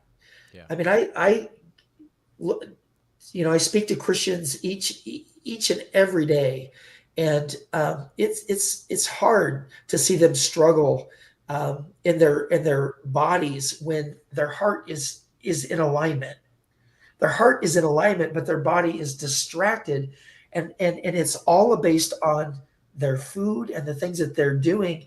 And guys, to be honest with you, their mindset with their food and the way they're living is no different than me doing cocaine and whiskey. yeah, There was no difference. No And I used to difference. hide and shame in that. But there's parallels in it. mm-hmm. You're hitting the dopamine hard either way. You know, Yeah. Either one way. thing that I observe a lot, which is sad, especially in the church, is you have couples that are, healthy and fit, beautiful, and then they get married, and then it's like, oh, I get to be lazy now. I got the commitment I want. And then you see these couples 2-3 years later, and they put on all this weight, and it's like they put no effort into themselves anymore. It's like, shouldn't also part of this be like, I'm like out of like what respect and love for my spouse, I want to remain attractive to them. Like I feel like a lot of these mentalities are just so selfish. It's like, I'm married now, this person's stuck with me, I can let myself go a bit, I can ease up on the gas, and like to me it's just such a toxic kind of mindset. Yeah, it's like and then It is. toxic. It is because absolutely. we're called vain for like saying that. It's unacceptable. And when you don't, passion in marriage, love, there is a human connection. We need to have that in our lives, and there's a responsibility. And you know what? What I know is that a man and a woman that don't have intimacy, that don't have passion, then they're filling those holes with other things that are Yes. not godly. Yeah. Exactly. I'm not saying that you It's- have to be like, some type of bodybuilder to have good sex, but you're going to have a lot better sex if you're in shape. much better. Yeah. And much better, absolutely, much better, and that makes the world a good place. It's also, like I hear the word vanity come up so much in this conversation, but it's just dignity. Like, have some dignity in your responsibility to make a beautiful temple. Like, the beauty about humans is we are artistically inclined. That creative spark is part of what images God in us. And having the resources we do in the United States, it's an abundancy issue. Like, we have too much crap. The artistic spirit that can refine dignity and make it something attractive for the rest of the world, like Mike was saying, to have couples and church filled with beautiful people, not to have the vanity excuse, but to have the dignity present in the fact that we can be responsible and be attractive to our mates and be healthy and be better mothers and fathers to our children, and then be there for them for a longer amount of time. So we're Man, I not love dying that. early. That's fantastic. Right? That's a great word. Dignity, not vanity. I think Yeah. that's fantastic, and that's well said, because that's really what it is about. I mean, that feeling of, why should we take care of our bodies? Because I think really ultimately, as we age, that is when our Rolodex is full. We have the most life experience. We have all the resources. We have the connections. We should have if we're good stewards with our money, we should have the financial availability. But too many believers may have those things, but yet their physical health has been put so far down on scale that they're not physically available to utilize those resources. Wow. And when you get into your 50s, 60s, 70s, that's when it should be, pedal to the metal, guys. You should be on fire for Christ, because you know who you are in Christ. And why is your body not honoring all of the gifts that he's given you. It's hard for me to comprehend it, and it fires me up. It should. It should. You're a living example of it. You know, the three of us sitting here, we look up to you, and we hope, you know, and we're gonna give it our best shot to end up in shape like you, being able to be this example to the church and undergo the persecution of vanity and all this. But you know, Paul didn't get any different treatment when he went to the synagogues. You know, they kicked his ass out because that's the way it is, you know. So Yes. we're ready for it. You know, it's cool. I really love that example you brought up. I actually heard John Piper give a message very similar to that. He talked about the retirees, you know, and he's like, you got all, just like you said, you're wise. You know yourself in Christ. You have money. You have all this resource, and all you want to do is go walk the beach and collect seashells. Like, look at how ridiculously stupid that is. Like, you're at the zenith of your ability, and you want to go collect seashells. Like, what are we doing here? I tell you what, guys, absolutely. And one of the things that's been really fun over the years is when I have younger people approach me and they'll ask me things, you know what working out and having a good physique has done for me? It's provided me an opportunity to share the gospel. When people ask me questions like, man, how'd you get so fit? How'd you get so jacked? What do you eat? And I'll say the gospel, the gospel. And they kind of look at me like, what do you, I mean, it gives an opportunity. You know, I'm not saying that's always my answer, but it brings people that I find that are healthy and they're happy. They're happier. There's a better energy in them. And if you take that fact that somebody that's healthier is happier and they're driven by the Spirit, oh my goodness, think about what we can do. And the church is shrinking, guys. It's not, people aren't running to the church because it's a pillar of strength anymore. Yeah, we actually heard we had a young lady on the young lady. Her name's Mel. I forget her last name, but she's in a church in the south of California. I believe it's San Diego, and we were discussing some of our critiques on the church. You know, the obesity issue here, a lot of feminization in the church, like, and it kind in our estimation, the feminization, men unable to lead, has a lot to do with the fact that they're unhealthy and just not doing the proper things in the most basic areas of their life. But she really surprised us, and I don't know if you've had experience out there in the south of California, but I know their church is getting persecuted a lot, you know, because of that whole woke agenda, and they're very liberal out there. So to go to church and be like, you know, a convicted believer is definitely, you know, you will be persecuted. But she explained to us that these people were very far from kind of where we're sitting. Like, the church seemed to be a whole different picture from what she explained. So have you been out there? Is that true? Have you had any experience like in some of the other areas of the United States? Because we've kind of like generalized the church in the West in our podcast, and we were surprised to hear she's like, "Oh, no, it's kind of not like that out here." And we were like, "Really? That's crazy." I have not experienced, because it's just been the opposite. I mean, in the Midwest churches, guys, it's, you know, Iowa. That's where I'm at. I'm from Minnesota, so I'm not far. Yeah, and you know, Iowa's just a lot of small towns, and then you have maybe 3 decent sized cities in this entire state. But guys, it's we're still into you know, the quilting and the cookies and I mean, the church in the Midwest is. I think there's some cultural just differences on the coasts versus the you center got America. sunshine versus a long, cold winter. Yeah. It's a big difference. Yep. Yeah, absolutely. In the South, we got our sweet tea and, you know, fried chicken. So Well, they still go to the beach here. They don't give a damn. oh, they don't give a damn. That There's is no like going to shame. Walmart.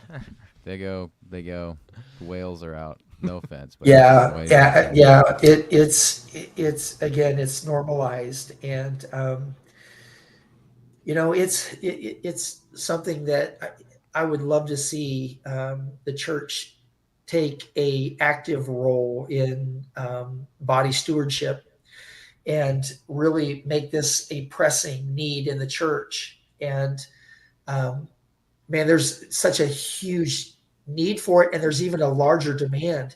We had a church replant, a large church, 800 to 1,000 congregants that they replanted, and they went into this new community and they did a 5 zip code survey, and they asked these zip codes, what are the things that you would like most in terms of information available from the church? And the number one thing was health and wellness. Wow, dude, And the that's so pastors were, encouraging. it really is. And this is Wow. what people in the community would like to get from the church. And it all goes back to that vanity model, that vanity based mindset that wellness and fitness is a good thing, but too much of it is obsessive and it's Yeah, not necessary. And it's not necessary. it's like, So, well, Joe was bringing up that father who had young boys and made a badass sort of thing in the backyard for them to go crawling through tires and doing cool stuff that maybe more like a military sort of a thing would be for a kid than like a playground. Well, it was just an obstacle course he had Obstacle made course, for his yeah. son versus putting you in front of the iPad or this is stuff we pay attention to. What we give our children to do is not the greatest. It's like they would be so inspired if you gave them Right. an obstacle course that was fun they could do in the backyard. I saw a little TikTok or it wasn't a TikTok. I don't have TikTok, but it was an Instagram short, and I thought it was awesome. Yeah, and it's like, just imagine, because when we were kids, I remember being 5, and our mom was still a single mom at that point, and there was a friend of our aunt's who had a 16-year-old kid. His name was Morgan. And he's a super sweet guy, dude. He'd come over, and Joe and I would wrestle with him, and that was like the one thing that we would want to do beyond. I mean, riding bikes was cool, but like wrestling with Morgan was the funnest thing we could ever do. And we would just be the most annoying brat. Like, is Morgan coming over? When's Morgan coming over? When he was over, it was like that was all he did, and he loved it. But just thinking in the mind of like a kid, it's like if the churches got together and was like, let's give these kids these obstacle courses in the back. Let's try and condition our population here to embrace this developmental stage coming from when they're young to discover their bodies, to discover competition in a healthy way, and all this stuff, instead of like just the real, I mean, we're not challenging ourselves from that point. And if you have a kid who's really smart but doesn't know his body, like, it's just imbalanced. Like, striking up the balance and encouraging our kids to grow and become strong together in like the church, not just like I want to see that kind of stuff. How do we, absolutely. as we're That's my desire. Absolutely. And, I had talked to you earlier about Bedros Koulian. He is the CEO of Fit Body Boot Camps. And now, Bedros he is a rough guy, man. He's overcome a lot of adversity and he's done really well for himself as an entrepreneur.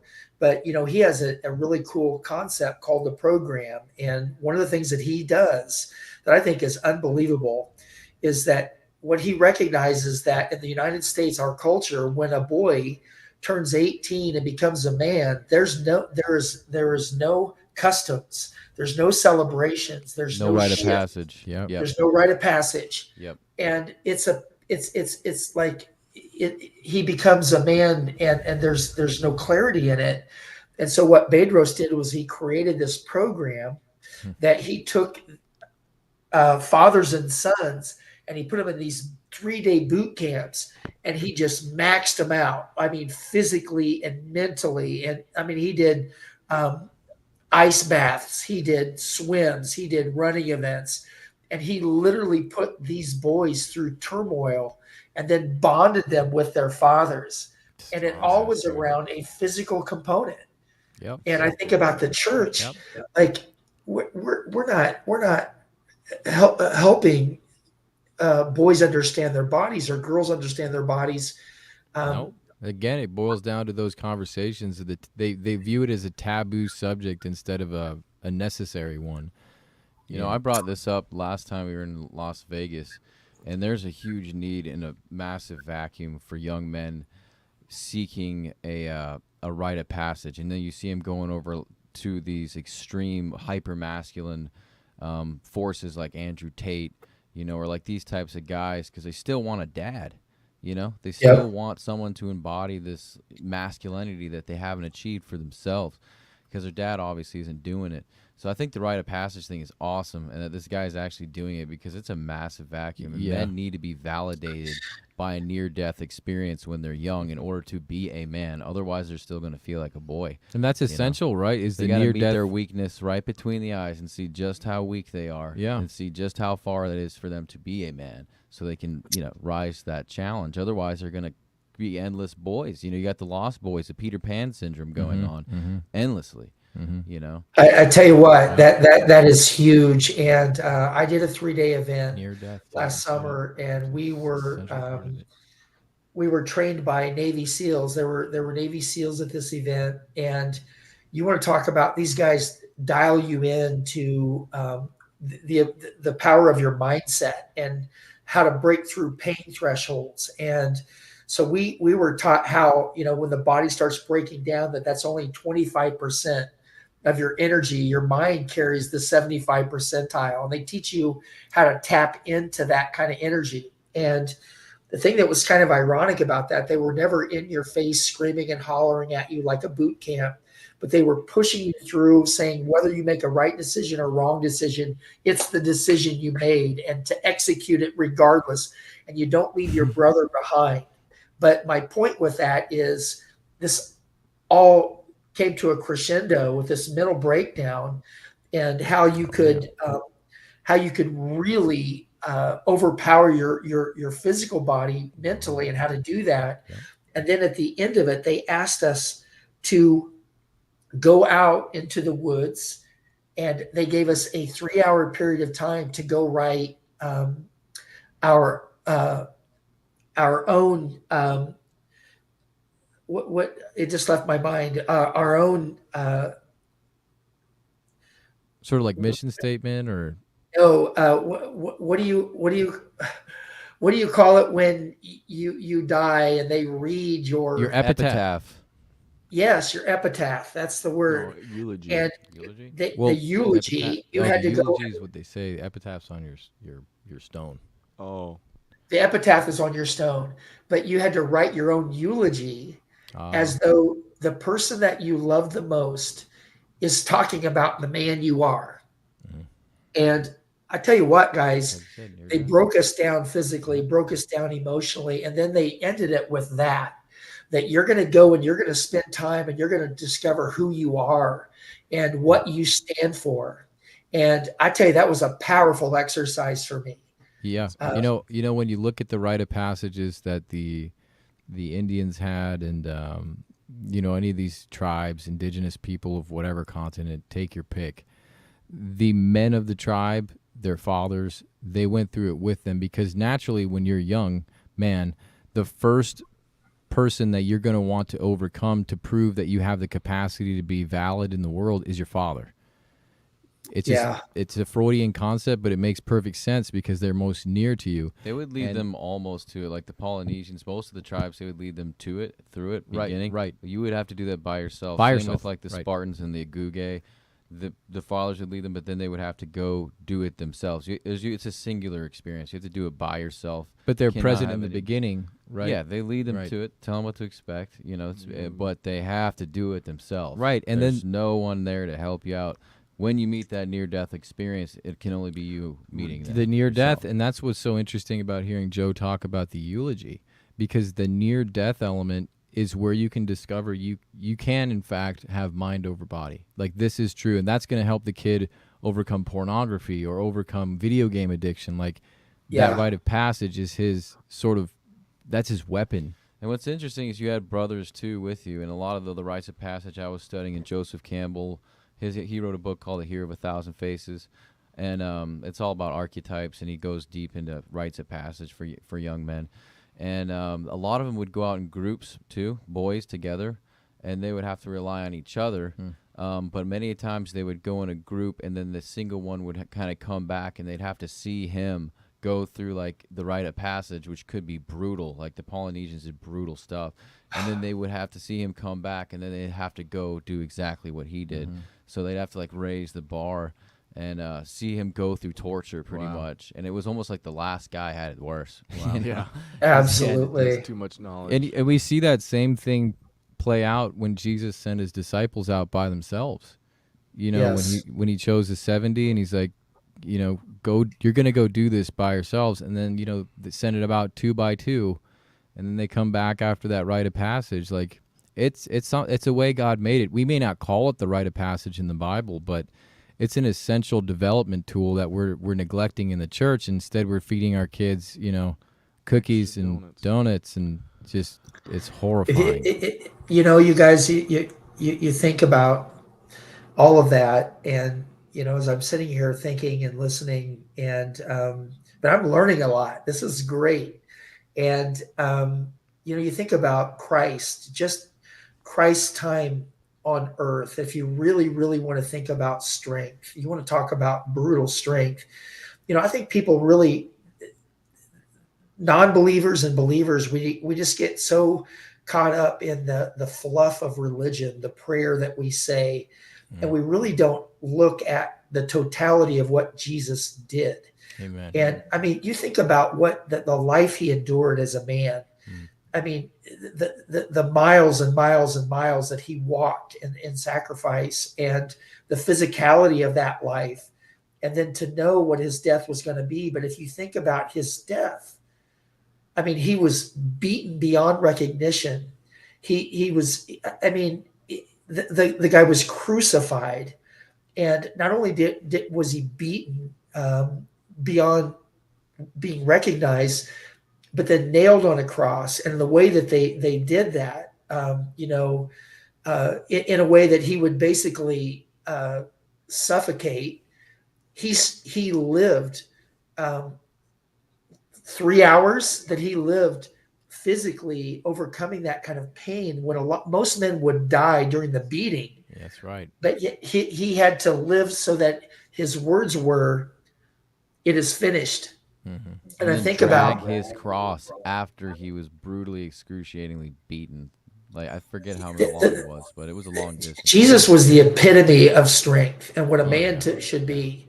Yep. And you know, I He mean, worked with his hands. He worked with wood. Like, they didn't have saws back then. The dude, I'm calling Jesus a dude, but he was cutting things with his hands, with, you know, absolutely. tools. I mean, we don't understand what they did. I mean, he was a carpenter, so I mean, everybody. Let's just be honest. Back then, that's why in the beginning of this podcast, it was so interesting to say Paul said, "Keep your bodies healthy," because back then, everybody, besides the rich people, were very They're probably the healthy. only overweight ones, the rich people too. Yeah. I mean, even Paul, he chose to stretch canvases for tents instead of get alms. Like, he chose to do that. Paul chose to do that instead of get, you know, I mean, he was keeping his body tight.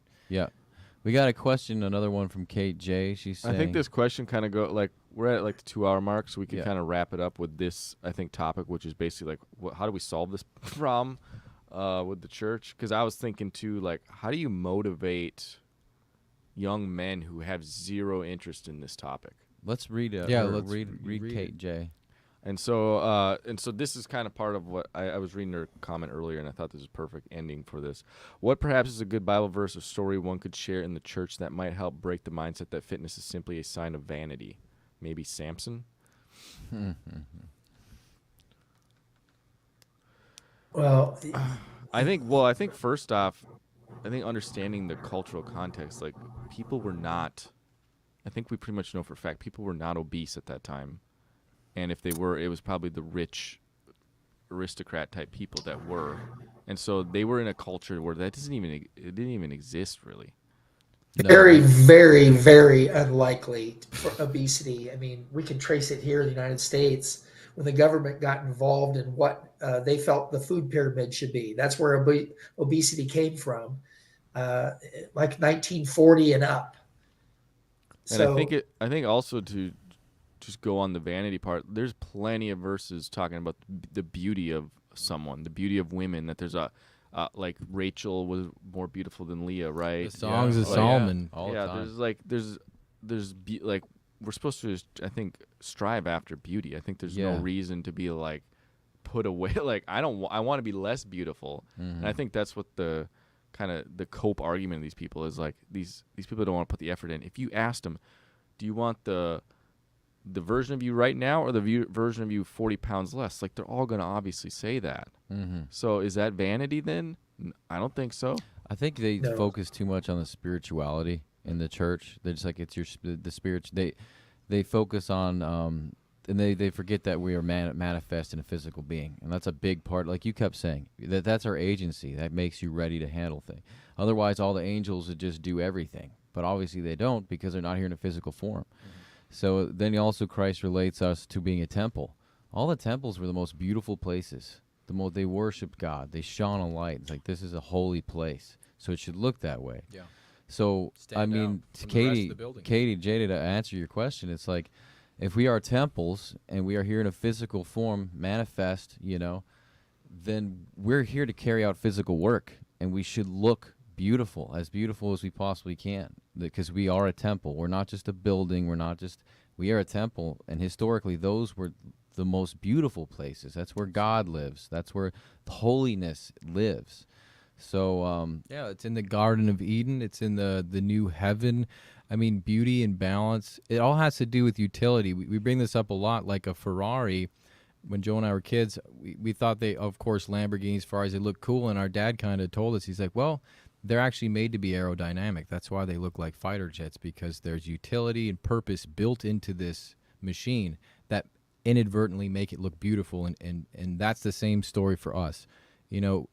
Things are going to get hard in this nation, especially with the way things are going, and men are going to have to be able physically strong to deal with the hard decisions that are coming our way, to find the resolve to self-persecute and look after our families, where you need men that are strong. I mean, there's no getting around the fact that when a man is strong, well-built, well-fed, he's going to fare better in a warlike situation. So it's a responsibility. But like Joe said, in the Bible, beauty is everywhere. It starts with the Garden of Eden, the temple, the new heaven. The focus is to have the beauty of an obedient child, where there's purpose, and that purpose life, that is what shows the beauty. And it's not an obsession about going to the gym. It's in its proper measure. You go to the gym and you eat right, because it takes up less of your time to do that than it does to be diseased and eat crap. So it's not like it's taking up more time going to the gym and eating. It's taking up less time, and down the road, you're going to not be sick. So beauty. I absolutely agree. I absolutely agree with that. And I love that. And I want to add to that, there's transformative power in the gospel, and that what we should desire as Christians and followers of Christ is to be more like Christ.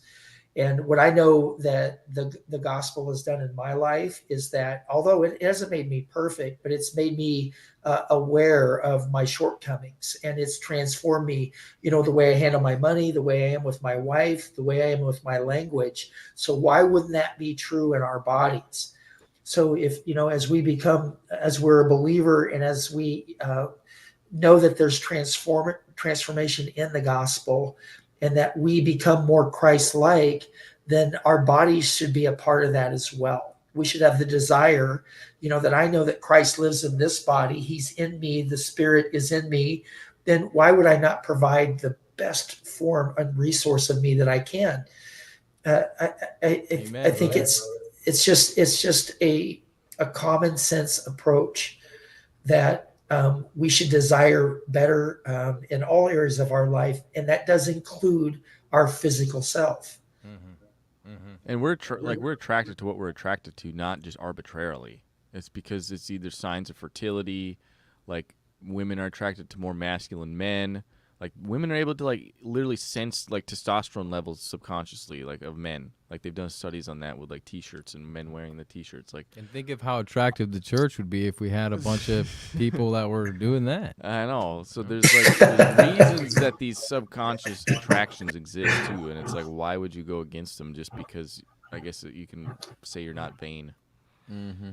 It's a big cop, but that's a wonderful place to stop. Thank you so much Yes. for your time, Joe. Great wealth of wisdom shared, and like I said earlier, we hope to be standing in similar shoes to you when we get to your age. And Well, I think you guys are well on your way, man. oh, thanks. God man. bless for what you guys are doing. I'm going to be listening to your podcast, following you guys. Just Where can they find you at? Where your social media and your website? you can find me on the social media and website, and I'm now part of a new company called The Starting Line. It's an online coaching program as well. I'm a busy guy. So the best place to find me is at livelifebetterllc.com.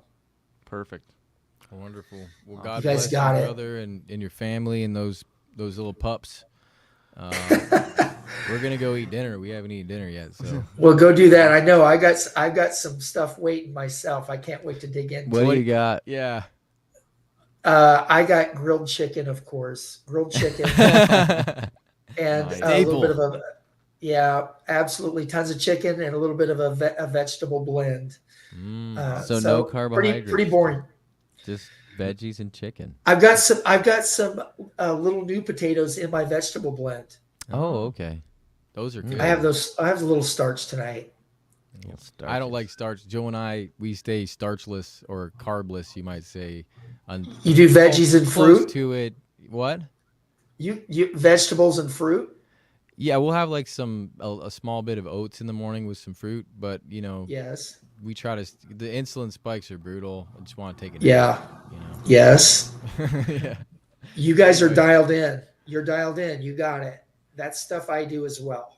Next time we can talk about some routine, maybe Nerd just, it out. Yeah, maybe just I have want a to. little. I'm going to hold you guys to that. I want to do this again. I want That to would be talk awesome. about training, and let's get into some nitty gritty here with that. Yeah, we definitely have to have you back, Joe, because you've been the cutting edge on this for a lot longer than we have. Yeah. So we're just getting into the game, and Well, I is would love awesome. to. I want to keep discussing it with you because I think you guys are right there. You're cut from the right mold, and this is an area that needs to really be worked on. I mean, Yep. the health of the church. The I think it's forecast the most isn't pushback good. we've gotten is content on this topic. Mm-hmm. Yeah, I crazy. God forbid I said fat people. I got just absolutely destroyed for saying fat women, and I said that As have I. destroyed. So now I'm like obese from now on. Like I was just wow. Lately, I've been getting a little more, brazen with some of my comments, calling them like ogres and whales and stuff. But I probably shouldn't do that. But sometimes, it'll slip out. But it's like when the sun goes down. Like that. We're waiting for when the sun goes down, and we all become human again, right? Absolutely. For the Well, listen, guys, it's been a pleasure. yeah, thanks so much for coming, Joe. And for the audience, Thursday we'll be back again live, I think, with Mike, new guest, and then Will will be back with us. Red old man. I think we'll be covering some red pill topics, and we'll decide yet what the full topic discussion will be, but it'll probably include all that. Be exciting for sure. Awesome. Well, thanks everyone. Tune in Thursday. Yes, sir.